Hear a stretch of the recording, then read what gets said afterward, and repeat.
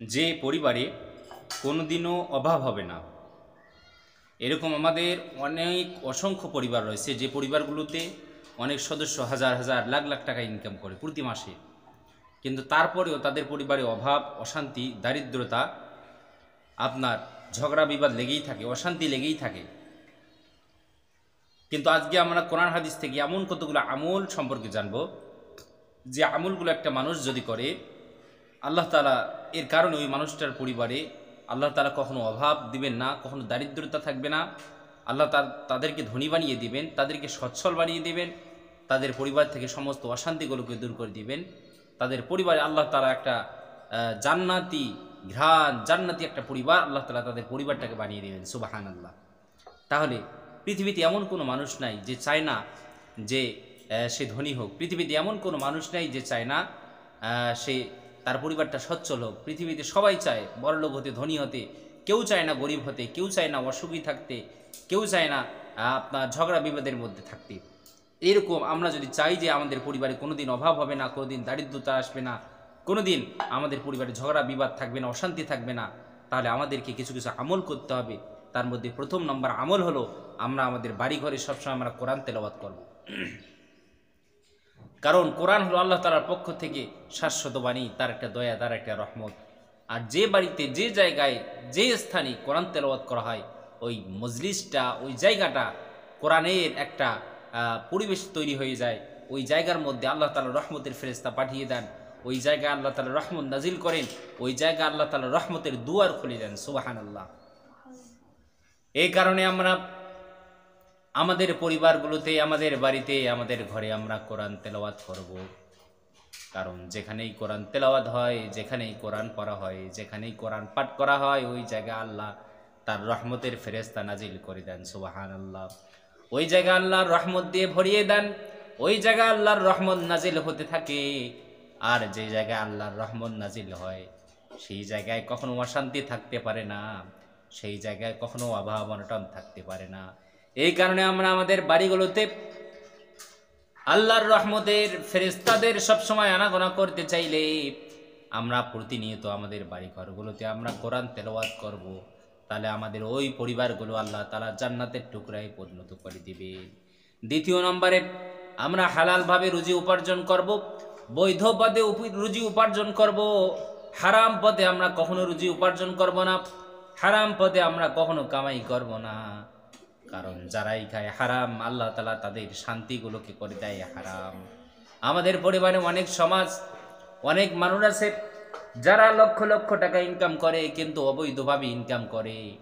এর কারণে দেখা যায় তার সন্তান তার কথা শোনে না, তার স্ত্রী তার কথা শোনে না, তার মা বাবা তার কথা শোনে না, কেউ তারে সম্মান করে না, সমাজের কোনো মানুষ তারে কদর করে না। কারণ ওই মানুষটা অবৈধ পথে, হারাম পথে রুজি উপার্জন করে। দেখা যায় আজকে স্ত্রী ভালো তো কালকে সন্তান অসুস্থ, আজকে সন্তান ভালো তো নিজে অসুস্থ। এরকম যারাই অবৈধ পথে যারাই রুজি উপার্জন করে, আল্লাহ তাআলা তাদেরকে কখনো শান্তিতে থাকতে দেয় না, বরং তিনি তাদের শান্তিগুলোকে কেড়ে নেন। এই কারণে আমরা সবসময় হালাল পথে রুজি উপার্জন করব, বৈধ পথে কামাই করব, সেটা যদিও সামান্য পরিমাণে হয়। কারণ যেটাই বৈধ পথে উপার্জন করা হয়, ওই পরিবারে আল্লাহ তাআলা রহমত দিয়ে, শান্তি দিয়ে ভরিয়ে দেন। সুবহানাল্লাহ। এরপরে যে বাড়িগুলোতে কোনোদিন অভাব হবে না, কোনোদিন দারিদ্রতা নেমে আসবে না, সেটি হলো আমরা আমাদের পরিবারে সবসময় কোরআন তেলাওয়াত করব, আমরা হালাল পথে উপার্জন করব। 3 নম্বরে হলো আমরা আমাদের বাড়ি ঘরে, আমাদের পরিবারের সদস্যদের মধ্যে সালামের প্রচলন তৈরি করে দেব। সুবহানাল্লাহ। আমরা সালামের প্রচলন করব।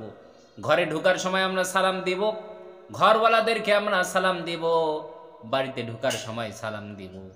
তাহলে পরিবারের সদস্যদের মধ্যে সুসম্পর্ক তৈরি হবে, আন্তরিকতা তৈরি হয়ে যাবে, ভালোবাসা তৈরি হয়ে যাবে। এবং বিশ্বনবী সাল্লাল্লাহু আলাইহি ওয়াসাল্লাম বললেন, তোমরা বাড়িতে ঢোকার সময় সালাম দিয়ে বাড়িতে প্রবেশ করো। তাহলে যতক্ষণ পর্যন্ত তোমরা বাড়িতে থাকবা, ততক্ষণ পর্যন্ত তোমরা আল্লাহর জিম্মায় থেকে যাবা। সুবহানাল্লাহ। তাহলে আমরা কি করব? সালাম দিয়ে বাড়িতে প্রবেশ করব। এক সাহাবী তিনি বিশ্বনবী ইসলামের কাছে এসে বললেন, ইয়া রাসূলুল্লাহ, আমার পরিবারে অভাব, আমার পরিবারে অশান্তি, আমার পরিবারে দারিদ্রতা, আমার পরিবারে ঋণের বোঝা আমার এমনভাবে চেপে ধরেছে ইয়া রাসূলুল্লাহ। বিশ্বনবী ইসলাম বললেন, ও আল্লাহ, আমার সাহাবী শোনো, তুমি যখন এই বাড়িতে ঢুকবা, বাড়িতে ঢোকার সময় সালাম দিয়ে প্রবেশ করবা। সালাম দিয়ে প্রবেশ করার পর তুমি সূরাতুল ইখলাস পাঠ করবা, কুল হুয়াল্লাহু আহাদ, এই সূরাটা পাঠ করে তুমি বাড়িতে প্রবেশ করবা। দেখবা অল্প দিনের মধ্যে রব্বুল আলামিন তোমার দারিদ্রতাগুলোকে দূর করে দিয়েছে, তোমার সমস্ত ঋণের বোঝাগুলোকে আল্লাহ তাআলা হালকা করে দিয়েছে। ওই সাহাবী বিশ্বনবী ইসলামের শেখানো আমলটা বারবার তিনি করা শুরু করে দিলেন। বাড়িতে ঢোকার সময় সালাম দেয়, আবার সূরাতুল ইখলাস পাঠ করে। এরকম করে আমল করতে করতে রব্বুল আলামিন তার রিজিকের মধ্যে প্রশস্ততা দান করে দিলেন। এমন এমন জায়গা থেকে তারে আল্লাহ তাআলা রিজিক দান করলেন, ওই সাহাবী যেটা কোনোদিনও কল্পনাও করে নাই। এবং অল্প দিনের মধ্যে রব্বুল আলামিন তার সমস্ত ঋণগুলোকে পরিশোধ করার ব্যবস্থা করে দিয়েছেন। সুবহানাল্লাহ।